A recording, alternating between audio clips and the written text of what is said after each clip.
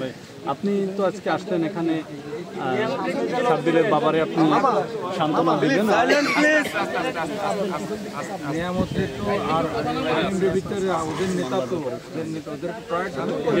আপনার নেতাকর্মী নিয়ে আসছেন তাকে সান্ত্বনা দিয়েছেন এখন এই পরিবারের তো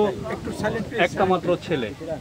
তাদের জন্য আপনাদের দলের পক্ষ থেকে কিছু করা হবে কিনা আর বিভিন্ন জায়গায় দেখেছি যে যারা শহীদ হয়েছে বিএনপির নেতাকর্মীরা বা বিরোধী দলে যারা ছিল তাদের পক্ষ থেকে মামলা করা হচ্ছে কারণ এই পরিবারের এখন মামলা করার সামর্থ্যও নেই আর সাহসও নাই কারণ ওর তার যা ছিল সব শেষ হয়ে গেছে আপনাদের পক্ষ থেকে আসলে সেই ধরনের কোনো উদ্যোগ নেওয়া হবে কিনা সেইটা একটু আমাদেরকে জানান আমি আসছি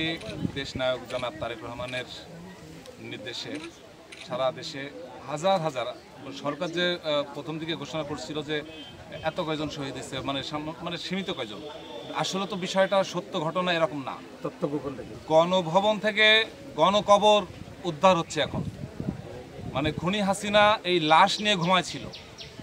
কিভাবে এটা সম্ভব একটা রাষ্ট্রপ্রধান সে লাশ নিয়ে ঘুমায় থাকতে পারে এটা আমাদের একটা প্রশ্ন বিশ্ববাসীর কাছে প্রশ্ন বিশ্বে কোথাও যেন এই খুনিকে আশ্রয় প্রশ্রয় দেওয়া না হয় কারণ এখন বিভিন্ন জায়গায় শুধু গণভবনে পাওয়া যাচ্ছে না বিভিন্ন জায়গা থেকে গণকবর উদ্ধার হচ্ছে অগণিত এখনও মানে সঠিক হিসাব শহীদের সঠিক হিসাব এখন আমাদের পরিপূর্ণতা আসেনি আমরা চাই এই শহীদের হিসাবটা পরিপূর্ণতা আসুক অনেক আহত তাদের হিসাব আসুক কারণ এদের তো বীরের মর্যাদা দিতে হবে যারা আজকে এই 5 আগস্ট আমি বলবো না আমি বলবো 36 জুলাই বাংলাদেশ দ্বিতীয়বারের মতো স্বাধীন হয়েছে এটা হয়েছে ছাত্র জনতার গণ অভ্যুত্থানের মাধ্যমে বাংলাদেশের চলমান আন্দোলনকে 17 বছর ধরে আন্দোলনের ফসল আজকে তিল তিল করে আজকে বিস্ফোরিত হয়েছে কিন্তু খুনি হাসিনা এটাকে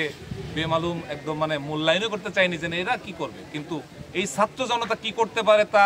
52 থেকে বাংলাদেশের ইতিহাস দেখলেই বোঝা যায় যে ছাত্ররাই সবকিছু পারে আর আজকে মনে করেন যে আমি আসছি যে শহীদ সাব্বিরের কবর জিয়ারত করার জন্য আসছি আমি তার বাবার সাথে কথা বলবো কারণ হচ্ছে আমাকে বলে যে মানে কেন্দ্র থেকে বলতেছে যে যেহেতু তারা ডেথ সার্টিফিকেট আনছে কিনা এটাও কিন্তু আমরা জানি না সেই জন্য আমাকে পাঠাইছে যে ডেথ সার্টিফিকেট কারণ এটা তো পরবর্তীতে লাগবে তার কোনো সুবিধা অসুবিধায় এটা যদি না হয় তাহলে তো তালিকায় তো আসবে না এই জন্য সে যে হাসপাতালে মারা গেছে সেখান থেকে ডেথ সার্টিফিকেট নিতে হবে ডেথ সার্টিফিকেট নিয়ে তারপরে হচ্ছে মামলা করতে হবে তাহলে মামলা না করলে এর কোনো আসলে এর জীবনই বৃথা হয়ে যাবে কিন্তু আসলে তো সে আমরা জীবন দেইনি কিন্তু আমাদের উদ্ধার করে গেছে সে বাংলাদেশকে উদ্ধার করে গেছে বাংলাদেশের জনগণকে উদ্ধার করে গেছে শুধু বাংলাদেশের জনগণ না আওয়ামী লীগ যারা করে আওয়ামী লীগের বাঁচাই গেছে কারণ আওয়ামী লীগের যে নেত্রী ছিল সেই নেত্রী যে তাদের সাথে বেইমানি করেছে সন্তান রেখে মা পালিয়ে যায় এরকমের কুলাঙ্গার মা পৃথিবীতে আমি দেখি নাই শেখ হাসিনা একটা কুলাঙ্গার মা এতদিন শুনে এসছি আমরা কুলাঙ্গার সন্তান হয় না আজকে আমরা একজন কুলাঙ্গার মা পেয়েছি বিশ্ববাসী দেখছে যে একজন কুলাঙ্গার মা শেখ হাসিনা খুনি হাসিনার এই বিচার গণহত্যার বিচার আমরা চাই এই শহীদের মর্যাদা আমরা যেন বীরের মর্যাদা দিতে পারি বর্তমান অন্তর্বর্তীকালীন সরকার আছে তারা অবশ্যই এর মূল্যায়ন করবে আর আমি বলতে পারি আমি যেহেতু বাংলাদেশ জাতীয়তাবাদী দলের একজন কর্মী আমি স্বেচ্ছাসেবক দলের কেন্দ্রের তথ্য প্রযুক্তি বিষয়ক সম্পাদক আমি আমার দলের পক্ষ থেকে বলছি আমার দল যদি আসে